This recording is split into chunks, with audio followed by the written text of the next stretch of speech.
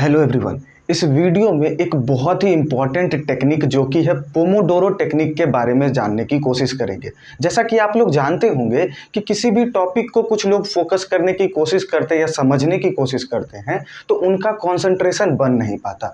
कभी कभी ऐसा होता है कि आप किसी चीज़ को पढ़ने की कोशिश करो तो आपके दिमाग में कई सारे विचार लगातार चलते रहते हैं, कई थॉट्स आते रहते हैं जिसके कारण आपका कंसंट्रेशन बन नहीं पाता। या कभी कभी हमारे साथ ऐसा होता है कि किसी चीज़ पर फोकस करने की कोशिश करें, उस पर अटेंशन देने की कोशिश करें तो वो हमारा अटेंशन बन नहीं पाता और हम उस काम को ठीक तरीके से कर नहीं पाते और साथ ही फिर कुछ टाइम के बाद उस काम को करना छोड़ ही देते हैं। तो एक ऐसा टेक्निक है जो कि इटली के एक यूनिवर्सिटी के स्टूडेंट और एंटरप्रेन्योर ने ये टेक्निक दिया था और वो जो इटालियन यूनिवर्सिटी के स्टूडेंट जो थे जिन्होंने ये पोमोडोरो टेक्निक दिया उनका नाम है फ्रांसिस्को सिरिलो।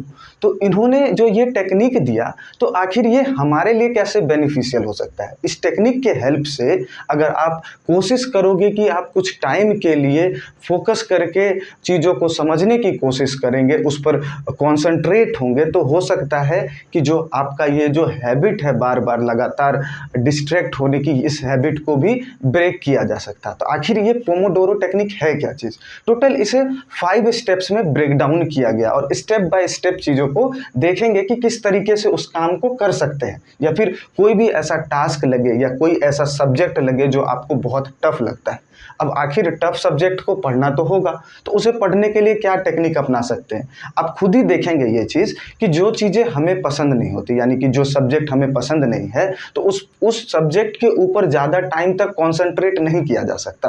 तो आखिर कोई ऐसा स्ट्रेटेजी या कोई ऐसा तरीका होना चाहिए जिसके वजह से आप उस सब्जेक्ट को धीरे धीरे स्टेप बाय स्टेप उस पर कॉन्सेंट्रेट करते करते करते वो भी सब्जेक्ट आपको समझ आने लगे। तो आखिर वो जो टेक्निक है वो है हमारा पोमोडोरो टेक्निक। तो पोमोडोरो टेक्निक में सबसे पहला स्टेप होता है कि आप किसी टास्क को सेलेक्ट कर लीजिए। जैसे अगर आप कोई काम कर रहे हैं और आपको वो पसंद नहीं है या फिर आप कोई स्किल सीख रहे हैं और उस स्किल को चाहते हो कि आप मास्टर कर ले, तो सबसे पहला काम होगा कि आप उस टास्क को सेलेक्ट करें। ठीक है, जैसे अगर आपके पास कोई चैप्टर है जो समझ नहीं आ रहा तो आपने उस चैप्टर को सेलेक्ट किया। सेकेंड स्टेप होगा कि एक रिमाइंडर, हमें 25 मिनट का एक रिमाइंडर सेट कर देना है। जनरली फ़ोन का यूज़ नहीं करेंगे क्योंकि जो टाइम जो आप रिमाइंडर सेट करने की कोशिश करोगे एक्चुअल में उस टाइम पर होगा क्या, तो आपके फ़ोन के अंदर जो नोटिफिकेशंस हैं वहाँ पर ध्यान चला जाएगा। तो सेकेंड काम क्या करेंगे, आपके पास कोई ऐसा क्लॉक होना चाहिए जिसमें 25 मिनट्स का आप रिमाइंडर सेट करो विदाउट बीइंग डिस्ट्रैक्टेड, यानी कि जो आपको टाइमर सेट करना है उसके अलावा कहीं और कुछ भी नहीं करना है। उसके बाद जो हमारा दूसरे स्टेप के बाद जो तीसरा स्टेप होता है उस स्टेप में क्या करना होता है, उस थर्ड स्टेप में हमें करना होगा कि जो 25 जो भी टास्क आपने सेलेक्ट किया उस टास्क को 25 मिनट्स के लिए, ठीक है, बिना किसी दूसरे टास्क को परफॉर्म किए, यानी कि मान लीजिए आपके दिमाग में कई सारे थॉट्स आने लगे और वो बहुत इंपॉर्टेंट हो, ऐसा लगे कि वो बहुत इंपॉर्टेंट हो, उसे अभी करना होगा तो उसे बस एक साइड में किसी पेज पर नोट करके लिख लेना है। लेकिन उस 25 मिनट्स के ड्यूरेशन में चाहे कितने भी थॉट्स आ जाएं, चाहे कुछ भी ऐसा अर्जेंट आ जाए तो आपको बस उस पर नोट करना है, लेकिन उस 25 मिनट्स के ड्यूरेशन में अपने उस टॉपिक को पढ़ते हुए बिल्कुल नहीं छोड़ना है। ठीक है, उसके बाद ये जो 25 मिनट का स्पैन होता है जिसमें आपको कुछ भी जरा सा भी डिस्ट्रैक्ट नहीं हो रहा और पूरे कॉन्सेंट्रेशन के साथ आपको उस टॉपिक को पढ़ना होगा। ठीक है, हो सकता है वो थोड़ा कम समझ आए, हो सकता है थोड़ा बोरिंग लगे, लेकिन ये जो 25 मिनट्स है ये ज़्यादा लॉन्ग नहीं है कि आप बोर्ड हो जाओगे। आप उतने देर तक 25 मिनट्स तक एटलीस्ट फोकस किया जा सकता है। उसके बाद जब आप 25 मिनट्स तक कॉन्सेंट्रेट होकर उस चीज़ को कंप्लीट कर लो, देन नेक्स्ट स्टेप होता है टेक 5 मिनट ब्रेक, यानी कि जो आपका फोर्थ स्टेप होगा उसमें आपको करना क्या है, तो आप 5 मिनट्स के लिए ब्रेक ले सकते हैं, पानी पी सकते हैं, ठीक है, वाटर कर सकते हैं, फिर आप कहीं बाहर थोड़ा वॉक कर सकते हैं ना।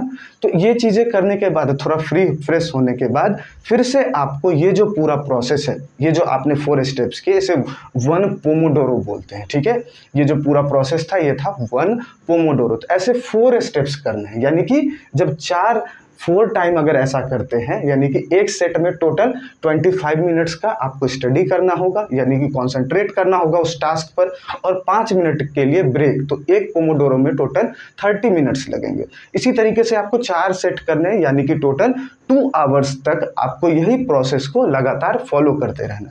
एंड आफ्टर 4 पोमोडोरोस, यानी कि जब ये चार इसी स्टेप को सभी को रिपीट करके अगर आप 4 टाइम्स कंप्लीट करते हो, then you will have to take 15 to 20 minutes task. अब आपको करना क्या है उस 15 से 20 मिनट्स में, जो भी आपने पेपर शीट पर जो भी इंपॉर्टेंट वर्क लिखे थे आपने, तो या तो आप उस 5 मिनट्स के ड्यूरेशन में कर लोगे जो बीच में गैप होता है, अगर उसमें हो सकता है तो ठीक है, अगर नहीं हो सकता तो ये जो 4 पोमोडोरो यानी कि 2 घंटे के बाद आप उसी टास्क को जो भी इंपॉर्टेंट था, जो भी आपने पेपर में नोट किया था, उन सभी टास्क को फिनिश कर देना है, ठीक है।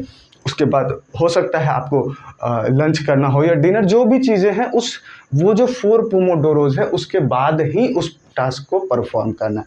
और इस तरीके से अगर टास्क को धीरे धीरे स्टेप बाय स्टेप परफॉर्म किया जाए, तो आपको जो टास्क या जो भी काम या जो भी सब्जेक्ट टफ लगता है, उस सब्जेक्ट को धीरे धीरे करके वो चीज़ें भी इंटरेस्टिंग बनने लगेगी। लेकिन इसके साथ और क्या बेनिफिट्स हैं? इसके साथ बेनिफिट्स ये है कि जो आपका अटेंशन स्पैन है, यानी कि जो आप किसी चीज़ पर कॉन्सेंट्रेट कर पाते हो, किसी चीज़ को ध्यान से पढ़ पाते हो, वो अटेंशन स्पैन आपका इंक्रीज होता जाएगा धीरे धीरे, जिसे आप 25 मिनट से बाद में और इंक्रीज भी कर सकते हो। और क्या चीज़ें हैं कि जो प्रोडक्टिविटी है, यानी कि जो किसी चीज़ को पढ़ते हैं और फिर उसका जो आउटपुट आता है, जो चीज़ें हमें समझ आती है, जो पेपर में करके आते हैं, तो वो जो प्रोडक्टिविटी है वो भी इंक्रीज होती जाएगी। और प्रोडक्टिविटी हमेशा जो अटेंशन स्पैन है या जो कॉन्सेंट्रेशन पावर है उस पर हमेशा डिपेंड करती है।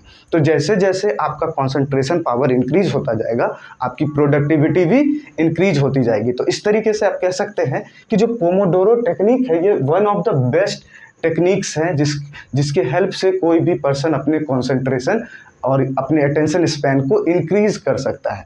तो आप भी ज़रूर इस टेक्निक को अपनाएं अपने डेली लाइफ में। अगर कोई भी सब्जेक्ट ऐसा टफ लगता है या कभी भी ऐसा लगे कि कंसंट्रेशन नहीं बन पा रहा है, तो उसके लिए ये टेक्निक बहुत ही बेहतरीन होगा। लेकिन कुछ लोग ऐसे भी होते हैं जो बहुत ही आसानी से बहुत टाइम तक कंसंट्रेट कर सकते हैं, लेकिन जो कर सकते हैं उनके लिए कोई दिक्कत नहीं। लेकिन जिन्हें ऐसी कुछ परेशानी आती है तो वो इस टेक्निक के हेल्प से अपने कंसंट्रेशन को बूस्ट कर सकते हैं। तो ठीक है, आई होप कि आपको ये चीज़ें अच्छे से समझ आई होंगी, आप इसे इम्प्लीमेंट भी करना चाहोगे।